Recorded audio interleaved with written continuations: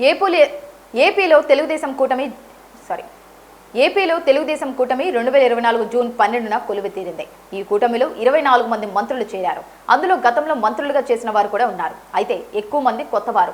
ఇక అందరికంటే అత్యంత సీనియర్గా చంద్రబాబుని చూడాలి. ఆయన 4వసారి సీఎంగా బాధ్యతలు అందుకున్నారు. ఆయనకు ఈ పదవి కొత్త కాదు, పైగా ఎంతో అనుభవం గడించారు.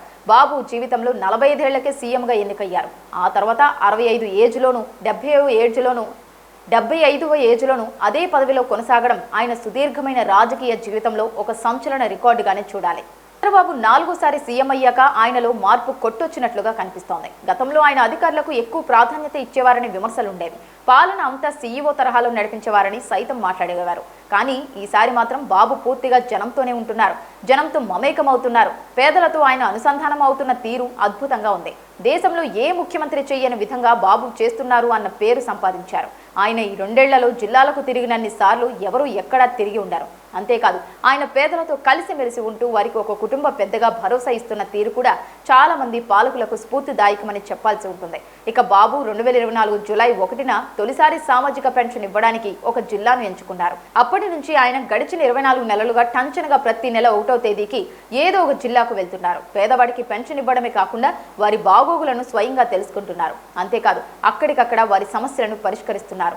ఆటో డ్రైవర్ నుంచి చర్మ కార్మికుడు, కల్లుగీత కార్మికుడు, మత్స్యకారుడు, ఇలా వివిధ వృత్తుల వారిని బాబు కలుస్తూ ఆయా వృత్తులలో వారు ఎదుర్కొంటున్న ఇబ్బందులు తెలుసుకుంటూ ప్రభుత్వం తరపున చేయాల్సిన కార్యక్రమాలను చేస్తున్నారు. ఇది నిజంగా కూటమి ప్రభుత్వంలో బాబు సాధించిన ఘనతగా చెబుతున్నారు.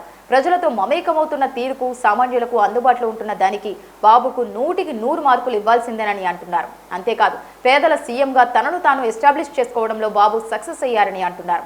ఒక విధంగా ఇది బాబులోని మరో కోణాన్ని బయటపెట్టిందని వ్యాఖ్యానాలు వినిపిస్తున్నాయి. మా ముఖ్యమంత్రితో మేము అన్న నిబ్బరం పేదలలో కలిగించారని కూడా చెబుతున్నారు. తాజాగా చూస్తే తన అభిమానిని దగ్గరకు తీసుకొని హగ్గిచ్చి సమస్యలకు పరిష్కారం చూపించిన ఘటన సిద్ధాంతంలో చోటు చేసుకుంది. ఇవన్నీ చూపిన మీదట బాబు 2 ఏళ్లలో ఏమి చేశారు, ఏమి సాధించారు అన్న వారికి జవాబుల సంగతేమో గాని సామాన్యుల సీఎంగా బాబు మాత్రం తనదైన కొత్త ఆవిష్కరణ చేసి చూపించారు అన్నది వాస్తవమని చెప్పవచ్చు.